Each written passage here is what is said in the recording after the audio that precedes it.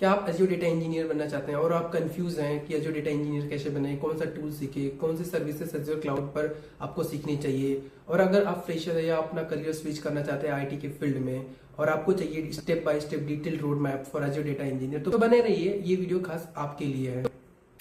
Azure data engineering road map, ये resource आपको मिल जाएगा मेरे डिस्क्रिप्शन में, वहाँ से आप इसको डाउनलोड कर सकते हैं।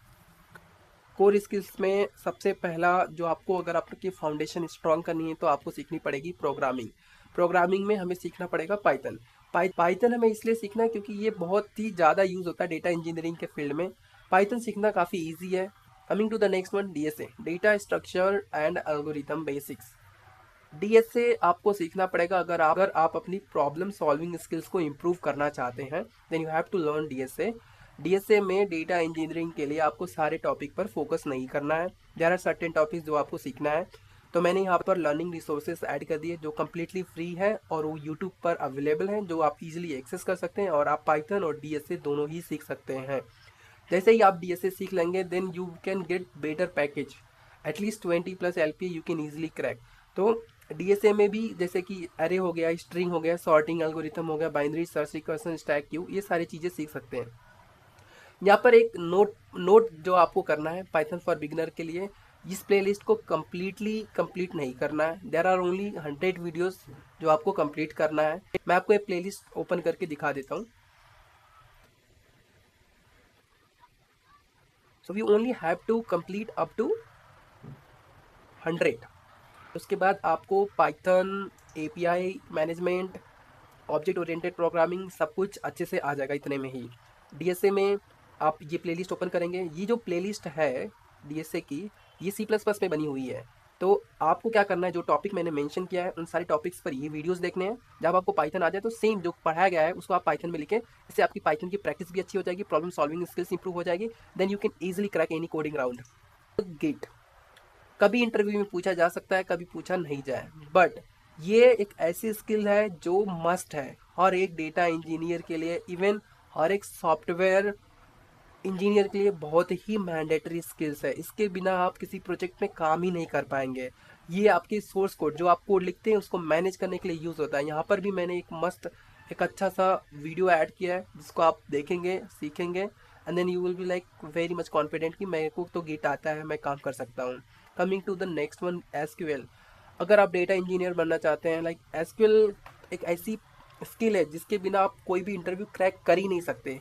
तो आपको एसक्यूएल तो सीखना ही पड़ेगा, इट्स मस्ट। ओके, मैंने मेरे 7 ईयर एक्सपीरियंस में सिक्वल एक ऐसी स्किल्स देखी जो कॉमन है हर एक प्रोजेक्ट के लिए, तो आपको एसक्यूएल सीखना पड़ेगा। यहाँ पर एक प्लेलिस्ट मैंने ऐड किया है, ये एक ऐसी प्लेलिस्ट है जहाँ पर आपको बेसिक सीक्वल से लेके advance SQL, optimisation, indexing, partitioning सब कुछ कवर है। तो आपको बस ये प्लेलिस्ट कवर करनी है, उसके बाद आपका जो सीक्वल का जो नॉलेज है ना, ऐसा इंप्रूव होगा कि आप बोलेंगे कि मुझे एसक्यूएल काफ़ी अच्छे से आता है। सो definitely you should go through this playlist और गिट कंप्लीट कर लीजिए। इसके बाद आपकी जो कोर स्किल है ना डेटा इंजीनियरिंग के लिए, इतनी अच्छी हो गई है कि आपको बस अब टूल और टेक्नोलॉजी सीखना है, and then like you are data engineer. ये जो स्किल्स जो मैंने यहाँ पर मेंशन की है, इतने से ही आप एटलीस्ट हाफ ऑफ इंटरव्यू तो क्रैक कर ही लेंगे। बात करते हैं डेटा वेयर हाउस मॉडलिंग की। ये भी एक बहुत ही इंपॉर्टेंट, क्योंकि जब आप स्किल सीख लिए तो आप क्या बनना चाहते हैं, आप बनना चाहते हैं डेटा इंजीनियर। तो डेटा इंजीनियर का जो काम होता है मोस्टली डेटा वेयर हाउसिंग से रिलेटेड होता है। तो डेटा वेयर हाउसिंग क्या है, एक स्ट्रेटजी है। जो भी स्किल्स अभी तक मैंने मेंशन की, उस स्किल्स को अगर आप सीख गए, उस स्किल्स को यूज़ करके एक डेटा को मैनेज करना एक अच्छे तरीके से, वही तो है डेटा वेयर हाउसिंग। तो डेटा वेयर हाउसिंग, ठीक है। तो यहाँ पर भी मैंने रिसोर्सेस ऐड किए 2 वीडियो। इसके बाद आपको काफ़ी अच्छे से आइडिया हो जाएगा कि डेटा वेयर हाउसिंग होता क्या है और इसका क्या यूज़ है। तो आप ये दोनों प्लेलिस्ट कवर कर लीजिए, उसके बाद आपको डेटा वेयर हाउस मॉडलिंग काफ़ी अच्छे से आ जाएगा। जब हम हमारा कोर स्किल्स कंप्लीट कर लेंगे, then we should focus on distributed computing. ये इतना इम्पॉर्टेंट इसलिए है क्योंकि आज के टाइम पे इतना ज़्यादा डेटा जनरेट होता है और इतना ज़्यादा डेटा प्रोसेस करना होता है कि कभी एक सिस्टम अकेले काफ़ी नहीं होता सारा डेटा को प्रोसेस करने के लिए, तो हमें एक से ज़्यादा सिस्टम यूज़ करना होता है प्रोसेसिंग के लिए। इसी को बोलते हैं डिस्ट्रीब्यूटेड कंप्यूटिंग। इसमें सबसे पहले मैं आपको चाहूँगा कि आप सीखें हडूप। हडूप में आपको एकदम अच्छे से प्रैक्टिकल तरीके से सीखने की कोई ज़रूरत नहीं है। आप यूट्यूब पर जाइए, कोई 1 घंटे का वीडियो देखिए हडूप के बारे में, so that you get idea of Hadoop कि हडूप क्या है, कैसे काम करता है, and then you are very much good with Hadoop. और आपको इंटरव्यू में मोस्टली क्वेश्चन पूछा भी नहीं जाएगा, बट मैं आपका फाउंडेशन बनाने के लिए बोल रहा हूँ, तो आप थोड़ा सा एक वीडियो देख लीजिएगा इसका, ठीक है। Coming to the file format, ठीक है, हर एक फाइल का एक स्पेसिफिक फॉर्मेट होता है, जैसे कि maybe you will get CSV file, JSON file, parquet, avro, delta, ORC, XML, this are एक मेजरली यूज फाइल फॉर्मेट्स। तो आपको इन सारे टॉपिक्स के बारे में थोड़ा थोड़ा करके पढ़ना होगा। तो आप यूट्यूब पर सर्च कर सकते हैं कि CSV क्या है, जेसन क्या है, पार्केट क्या है, and you will gate plenty of video, और आप उसको अच्छे तरीके से देखिए, समझिए, बस इससे ज़्यादा कुछ इसमें रॉकेट साइंस तो है नहीं। नेक्स्ट जो सबसे इम्पॉर्टेंट स्किल्स है स्पार्क, जैसे कि एसक्यूएल इम्पॉर्टेंट है, पाइथन इम्पॉर्टेंट है, वैसे ही स्पार्क भी बहुत ही ज़्यादा इम्पॉर्टेंट है। तो आपको स्पार्क तो सीखना ही पड़ेगा। यहाँ पर मैंने 2 प्लेलिस्ट ऐड किया है। अगर आप ये दोनों प्लेलिस्ट कंप्लीट करते हैं, देन लाइक आपको तो स्पार्क एकदम अच्छे से आने लगेगा। You will be able to understand कि स्पार्क काम कैसे करता है इंटरनली, ये इतना फास्ट डेटा प्रोसेस कैसे करता है, सारा आइडिया लग जाएगा। स्पार्क स्ट्रीमिंग ये हम यूज़ करते हैं रियल टाइम में डेटा प्रोसेस करने के लिए। तो कभी कभी हमें ज़रूरत होती है कि हम लाइव डेटा हमें मिल रहा है, उसको प्रोसेस करना है, तो हमें स्पार्क स्ट्रीमिंग यूज़ करना होता है उसके लिए। तो स्पार्क स्ट्रीमिंग को सीखने के लिए मैंने यहाँ पर प्लेलिस्ट ऐड किया है, इसको आप गो थ्रू कर सकते हैं। 17 वीडियोज़ हैं, उसके बाद आपको आइडिया लग जाएगा कि स्पार्क स्ट्रीमिंग क्या है।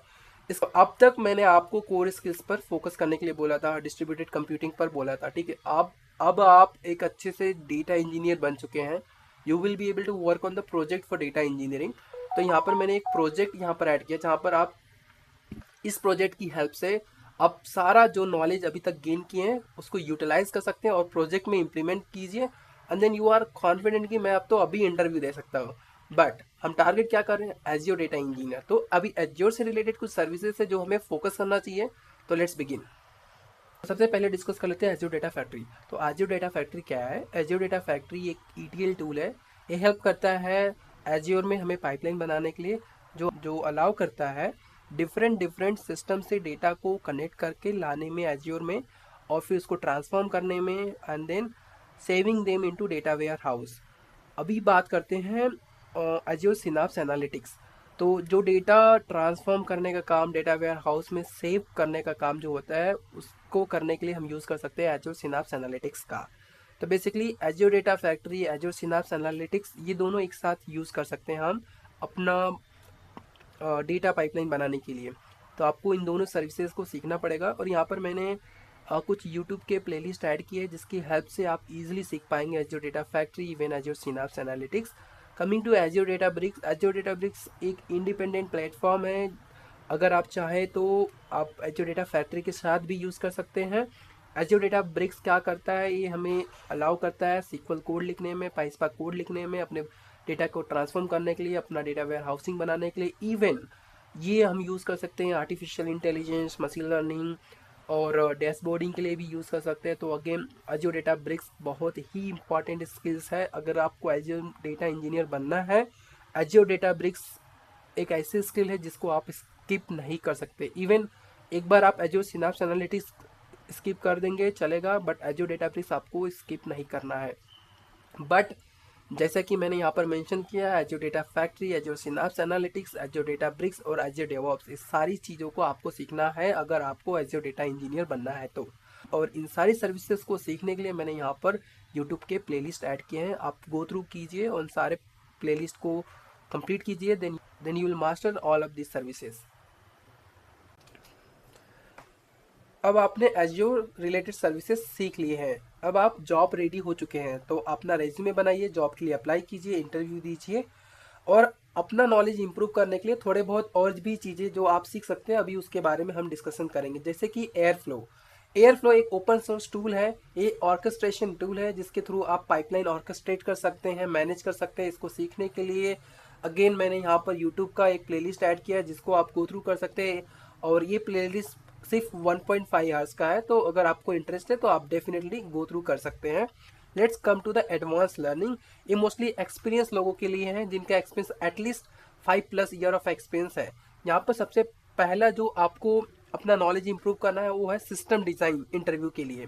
यहाँ पर मैंने एक पीडीएफ ऐड किया है। इस पीडीएफ में सिस्टमेटिक स्ट्रेटजी दिया है कि आप कैसे सिस्टम डिजाइन इंटरव्यू क्रैक कर सकते हैं। इसलिए अगर आपको इंटरेस्ट हो तो आप डेफिनेटली इस पीडीएफ को गो थ्रू कर सकते हैं।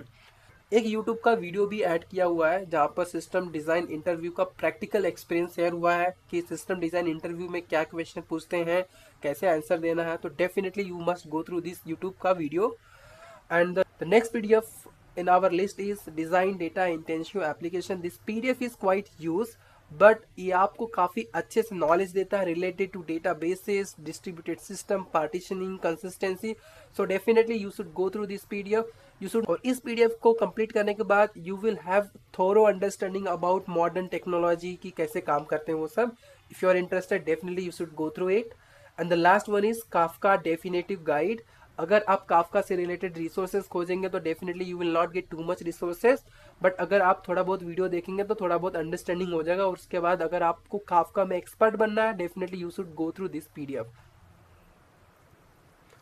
तो ये रहा हमारा detailed step by step road map. अब बारी आती है कि प्रोजेक्ट पे काम कैसे करें। तो मैंने जैसे कि एक वीडियो इंक्लूड किया है जहां पर आप प्रोजेक्ट प्रैक्टिस कर सकते हैं। उस पर्टिकुलर वीडियो को फॉलो करके आप एक नए डेटा सेट लेकर ट्राई कर सकते हैं कोई डिफरेंट प्रोजेक्ट, ताकि आपको विश्वास हो सके कि आपकी स्किल्स काफी अच्छी हो चुकी है, आप प्रोजेक्ट पर काम कर सकते हैं। और जब आप अपना प्रोजेक्ट कंप्लीट कर लेंगे आपको कॉन्फिडेंस आ जाएगा कि आप डेटा इंजीनियर बन चुके हैं। और अब बारी आती है जॉब पर अप्लाई करने के लिए। जॉब पर अप्लाई करना काफी सिंपल है। आपने जो भी प्रोजेक्ट कंप्लीट किए हैं उसको मेंशन कीजिए अपने रिज्यूमे में किसी प्रकार से, ताकि जो डिटेल आप ऐड करेंगे उससे ये कंफर्म हो पाए कि आप एक डेटा इंजीनियर हैं। उसके अलावा अगर आप ऑलरेडी एक्सपीरियंस है तो आप कहीं ना कहीं अपने टास्क को किसी प्रकार से डेटा इंजीनियर की तरह दिखा सकते हैं, जिससे आपको ज्यादा एडवांटेज मिलेगा। अगर आप फ्रेशर हैं तो आपने जो भी प्रोजेक्ट बनाए हैं सैंपल प्रोजेक्ट लर्निंग के लिए वो सारे प्रोजेक्ट मेंशन कर दीजिए and you can start searching for the job on LinkedIn. I hope you will get job very soon and thank you. अगर आपको ये वीडियो अच्छा लगा तो लाइक कीजिए, मेरे चैनल को सब्सक्राइब कीजिए, क्योंकि मैं बहुत सारे प्लेलिस्ट लेकर आऊंगा जहां पर आपको डेटा इंजीनियरिंग से रिलेटेड टेक्नोलॉजी सीखने में काफी आसानी होगी। तो अभी के लिए धन्यवाद, बाय।